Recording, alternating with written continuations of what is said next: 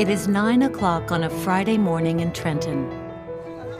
Mr. Washington! People are lining up at the Crisis Ministry, outside and inside, patiently waiting to obtain fresh fruit and vegetables. Food stamps are never enough to feed me and my son for the month. So I come here to get additional food. If you don't have no food in the house, it's good to have something here to help out. Live in my apartment by myself, and I have to feed myself. What can I say? Most other days, the clients do their shopping inside the store, choosing from a wide variety of healthy products. I think one of the big misconceptions about our clients is that they don't know how to eat well. They do know how to eat well, they just don't have the resources to be able to do it. And that's why we focus so much on trying to provide fresh produce, fruits and vegetables, whole grain breads and things like that. Because our clients want them, they just can't afford to buy them. Oh, it's great food. You get so many proteins, so many vegetables, so many fruits. You get a box of cereal. Right now, it means a difference in my family eating or not. And I live with 4 kids and two other adults. Thousands of people across Mercer County rely on this food.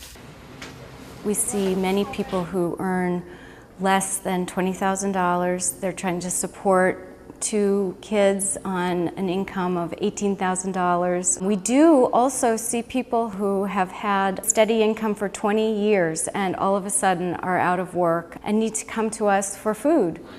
One example is Lewis, unemployed after 20 years at the same job and shopping at the Crisis Ministry for the first time. I just recently lost my job and am in foreclosure proceedings on my condo, which I bought in 2008. And I'm just one of those people that I never thought I'd be, who fell between the cracks. Just up the road, there is a similar food pantry in a church basement in Princeton. Many people think that there's no one here in Princeton to serve. There's no one that really needs any assistance, but the reality is that there's many people that do. Okay, thank you. You're welcome. Hasta luego. Bastante, porque ahorita que no trabajo. Since I'm not working, it's a help that I rely on to be able to eat and have something at the house. More potatoes? And when you come to the Crisis Ministry, you're really greeted warmly, you're treated with respect, and that's so important to what we do. We try to make people feel welcome and I try to remember their names so they feel like, they're home when they come to get food. They don't feel like strangers. Just, I make them laugh and I make myself laugh sometimes. So it's good. Come in happy and leave happy. And now bagging up the lady groceries and we'll send her on her way. And if clients can't go to the Crisis Ministry, hello, it's Crisis Ministry. Come in. the Crisis Ministry goes to them. Volunteers deliver food to elderly and disabled clients. All right, how you all? See, I'm a handicap. I'm unable to go there, and they bring it to me. It is a great help to me. It makes me realize somebody is thinking about me, and makes me feel good.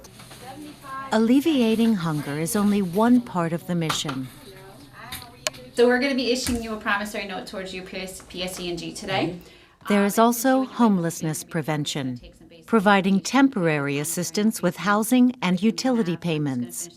I have safety nets. Many of us have safety nets, but many of these people do not have safety nets. If Crisis Ministry funds weren't there, they would be in a situation where they would be locked out of their home and they would be living in a car, having children in a variety of different housing situations during the school year. It's very satisfying for me when I go home at the end of the day, and I think most likely the fact that Crisis Ministry was there today kept this family stably housed, and it happens often.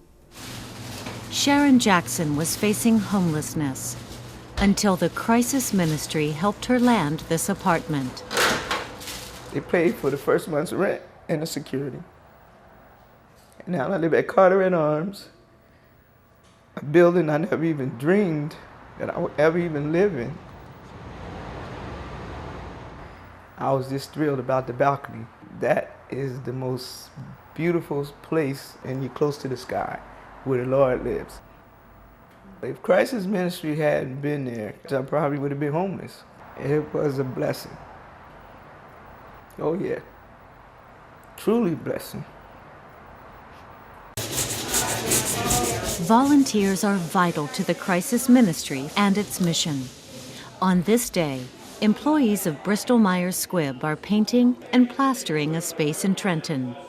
There are a lot of project managers and analysts and high-level executives here right now, scrubbing the floors and painting the rooms.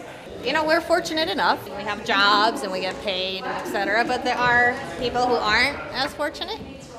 And why not help out? That helping out transformed this rundown room into a newly opened satellite food pantry. If it weren't for volunteers, we could not operate at the Crisis Ministry. People can bring whatever talents, skills, experience they have, and there's going to be a way that we can use them.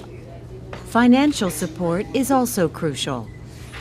We love the fact that Crisis Ministry is in our area where employees work and live, really preventing hunger and homelessness. And that is one reason why we have supported them this year and every year since our inception. The Crisis Ministry's third mission is to help people find and land jobs. What we try to do here is get them prepared for the workforce. That's one of our main goals, to get our people hired. How long have you worked in the retail business? I've worked in the retail business for about 4 years.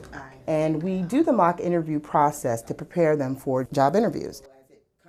They want jobs, but for some reason they weren't prepared or ready for that workforce. And that's where we help them. We step in and we get them prepared, get them ready, let them know what they're going to deal with out there in the workforce, and that really helps them. Sometimes getting a job depends simply on having a driver's license. I'm just trying to finalize the amount that the Crisis Ministry will be paying towards the driver's license restoration. People don't realize the impediment not having your license can be in finding jobs in this economy. Without them paying for my license, I wasn't welfare. I was only getting a certain amount of money every month. I wasn't going to be able to afford to pay it off. So they helped me out, they paid it off, and from there, I got my job. We've got your food for you today. Oh, thank you. Preventing hunger, avoiding homelessness, helping people find work. 3 goals on which the Crisis Ministry, its staff, and its many volunteers focus every single day. It would be wonderful to go out of business, but there is so much work to do. Making sure that people are not hungry and that they don't become homeless, and that if we can help them find a job in this economy, we're going to do it. And that is essential for our community today. Everybody's lives are better for it.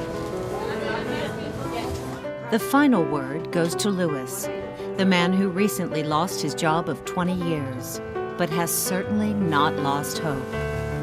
You know, it just humbles you and makes you realize that, you know, your brother, this can happen to your brother, your neighbor, your sister. And so I'm really thankful that there are places like this available.